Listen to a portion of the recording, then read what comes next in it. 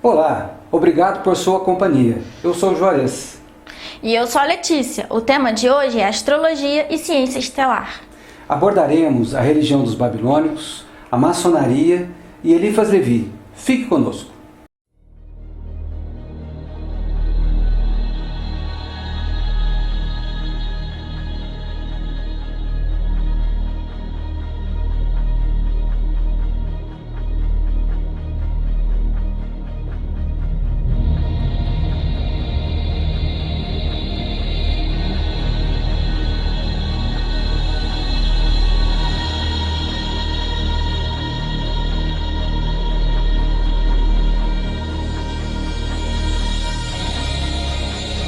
Este é um programa da Academia Ciência Estelar, em parceria com a TV J Brasil. A Academia Ciência Estelar é uma ONG de estudo da espiritualidade em todas as suas formas e origens. Nossa atuação é pela internet e primamos para, em nossos estudos, não termos dogmas, preconceitos, doutrinas ou limites de qualquer forma. O tema hoje é astrologia como uma ciência estelar. De ciência desde 3.000 anos antes de Cristo, a astrologia foi taxada como crendice na chamada Revolução Científica. Mas, como uma simples crendice sobrevive 5.000 anos e está presente nas principais religiões, escolas esotéricas e ensinamentos de grandes mestres espirituais. Tamsin Barton, em seu livro Ancient Astrology, destaca que existe um documento sumério do governante de Lagash, Gudea, por volta de 2122 a 2102 a.C., que relata o uso cotidiano da astrologia em seu tempo. O mito de criação babilônico, Enuma Elish, escrito em cuneiforme acádio e que data de 1800 antes da era cristã, também documenta o uso e conhecimento astrológico habitualmente utilizado. O conhecimento e prática da astrologia, não necessariamente com este nome, está presente em diversas religiões ao longo da história da humanidade. Em diversas religiões, encontramos o culto celeste, seja entre os egípcios, os dogons, os judeus antigos, os africanos, mais recentemente até mesmo na Bíblia Católica. Existem diversas referências às leis cósmicas universais, simbolizadas na astrologia. Pois é, em sua origem, a astrologia era um conhecimento espiritual, divino, reservado à casta sacerdotal e que refletia as leis eternas que estruturam e regem toda a criação e todas as criaturas. As antigas religiões, tanto as mesopotâmicas quanto as europeias, sempre contêm estruturas com referência aos 3, ao 4, ao 7 e ao 12. Porque o 3 é o poder da criação, o 4 é o poder da estruturação, da materialização, o 7 é o de governo ou administração e o 12 é o poder de organização, da sistematização. Na simbologia astrológica, que não é de posse de qualquer religião, existem 3 formas de ação: o cardinal, fixo e o mutável, o rajas, tamas e o sattva. Dos 4 elementos, fogo, ar, água e terra, existem 7 planetas esotéricos principais e 12 são os signos zodiacais. Até mesmo no judaísmo e no catolicismo encontramos referências astrológicas diversas. O peitoral do sumo sacerdote judeu tinha 12 pedras, relativa às 12 tribos e às 12 cidades. São 4 os evangelhos considerados autênticos. 7 são as igrejas do Apocalipse e 12 são os apóstolos de Jesus, o Cristo. Estruturas semelhantes podemos encontrar também nas ciências modernas. A energia nas 3 formas de eletricidade, magnetismo e radiação. 4 bases nitrogenadas que compõem o DNA, adenina, timina, citosina, guanina. As 7 principais cores da luz prismada, 7 períodos na tabela periódica, 7 notas musicais ou vibrações, 12 dimensões da física teórica, a teoria das cordas 11 mais 1. De fato, Essas leis são universais. Elas tanto existem no plano espiritual quanto no plano físico, passando por planos de diferentes densidades entre esses extremos. É por isso que a simbologia astrológica indica tanto algo de natureza espiritual quanto algo psíquico, comportamental e até mesmo físico e material.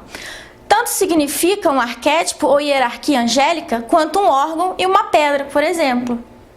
Os antigos sacerdotes babilônicos sabiam bem disso e compreendiam a relação sistêmica que existe entre o movimento macrocósmico dos planetas e as alterações dos arquétipos do inconsciente coletivo e individual. É por isso que a astrologia sempre foi considerada uma ciência divina e real, de interesse de imperadores, reis, monarcas de todos os tempos.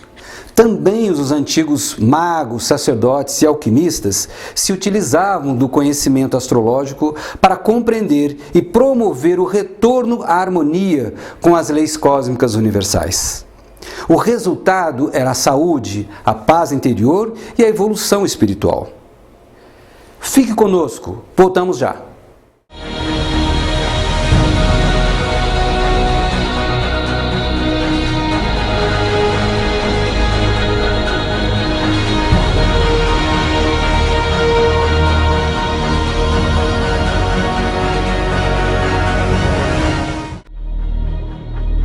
As verdades eternas sempre vieram das estrelas. Assista ao programa Ciência Estelar, toda quinta, às 9h10 da noite, com reprises no domingo, às 14h10 e também na segunda-feira, à meia-noite.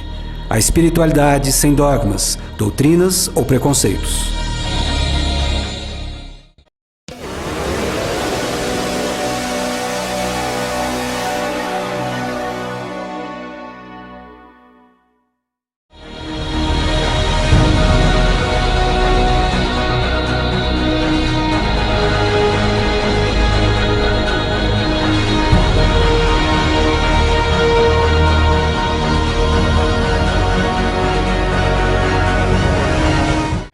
Estudar espiritualidade conosco. Visite nosso site e afilie-se.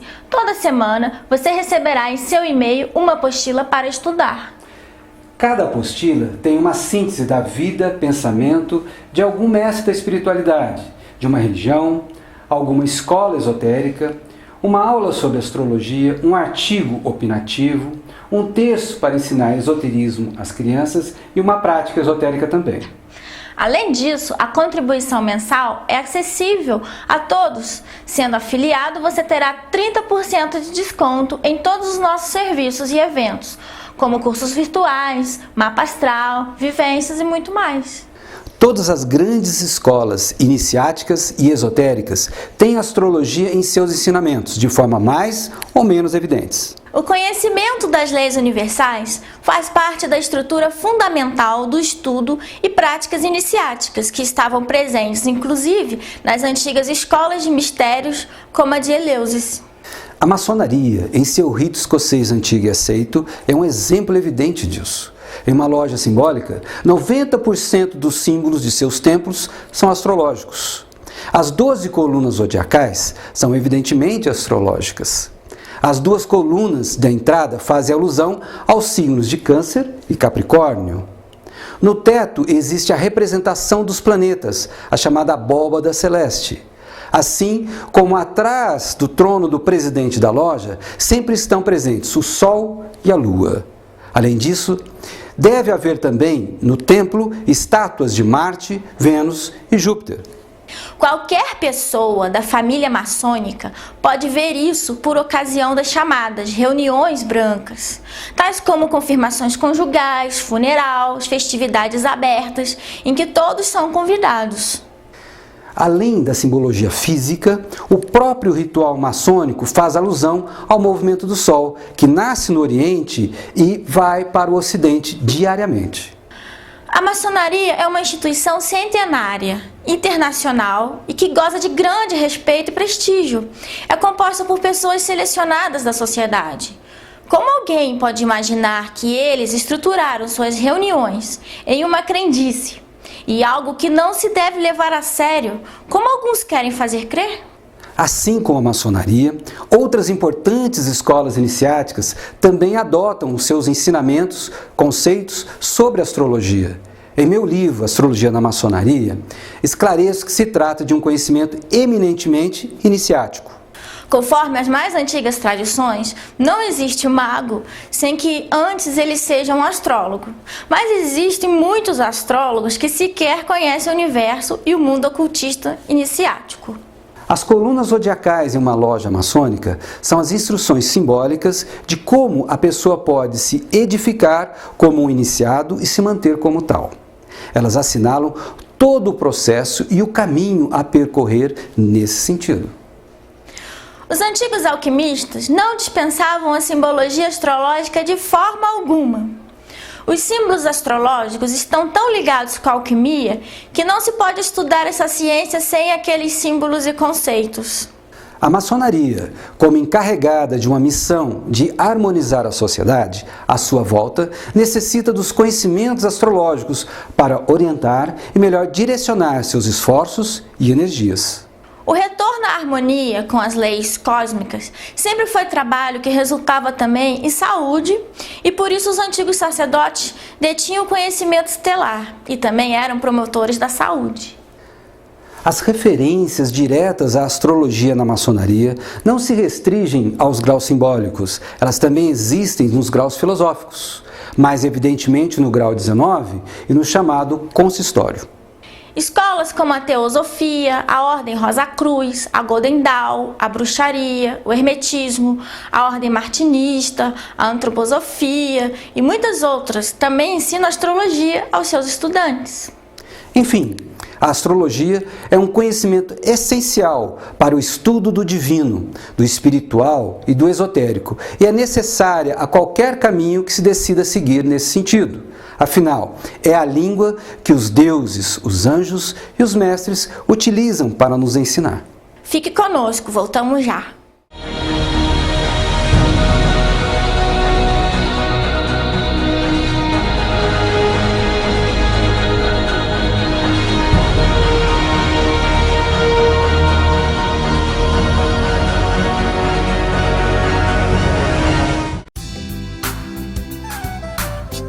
Programa O Prato do Dia. Apresentação: Lucila Costa Silva. Todo domingo, às 14h.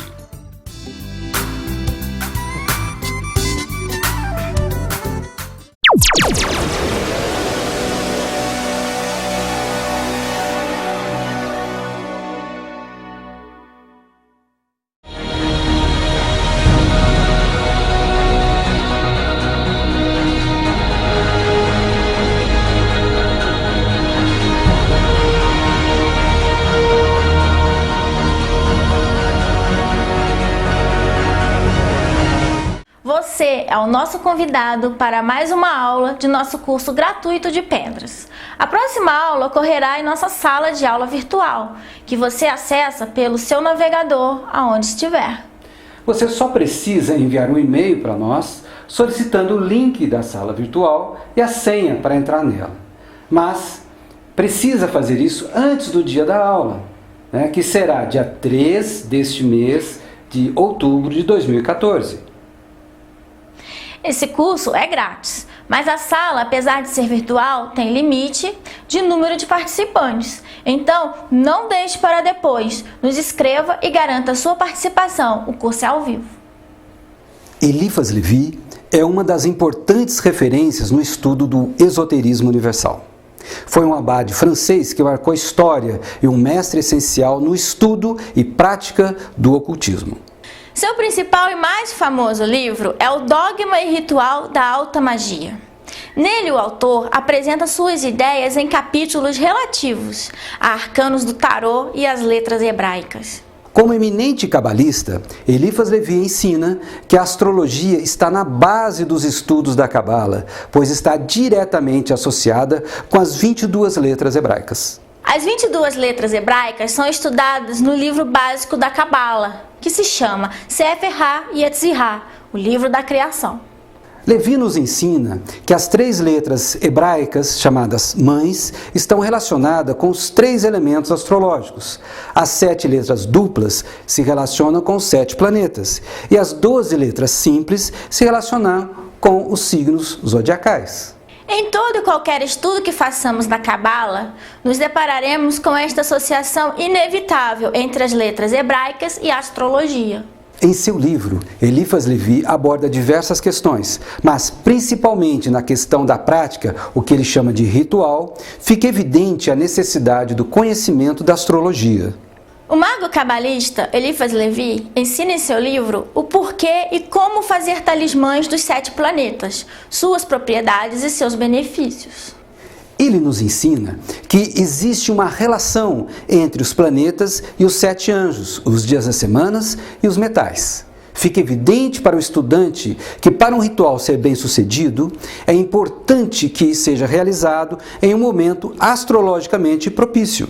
O mestre Levi nos apresenta, então, os quadrados mágicos e também as formas que os seres planetários podem se apresentar.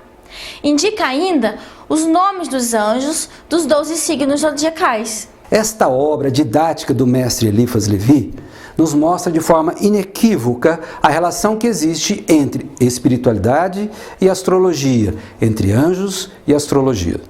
Levi foi mestre de muitos ocultistas, tanto do passado quanto do presente, e seus ensinamentos cabem dentro de qualquer atividade espiritual ou esotérica que se possa realizar.